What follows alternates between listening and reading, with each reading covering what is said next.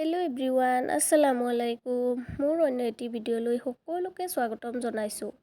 আজি মই বনাম অমিতাৰ মিঠা চালাড। তাৰ কাৰণে ইয়াতে মই লৈছোঁ 4 পিচ অমিতা, 2টা কেঁচা জলকীয়া, ধনিয়া পাত, 1টা বিলাহী আৰু 2 চামুচ চেনি।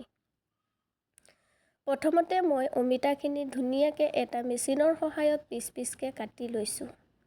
আপোনালোকে চুৰি বা কটাৰীৰ সহায়তো কাটিব পাৰিব। মই পিছে মেচিনৰ সহায়তহে কাটিছোঁ। এনেকৈ কাটিলে মানে সকলোখিনি অমিতাৰ পিচ একেটা চাইজতে হয় আৰু দেখিবলৈও বহুত ধুনীয়া হয়। আৰু সকলোখিনি পাচলি মই এই মেচিনৰ সহায়তহে কাটি লৈছোঁ।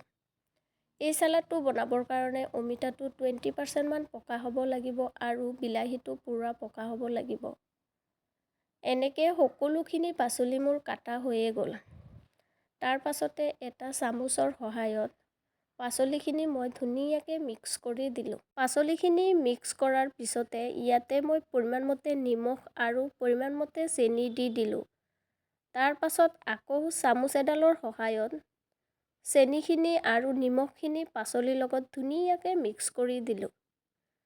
এনেকৈ সকলোখিনি একেলগতে মিক্স কৰাৰ পিছতে চেনিখিনি গলি যোৱাৰ পিছত দেখিছে নহয় চালাডটো কিমান ধুনীয়া হৈ গৈছে। আৰু এয়া হৈয়ে গ'ল মোৰ অমিতাৰ চালাড।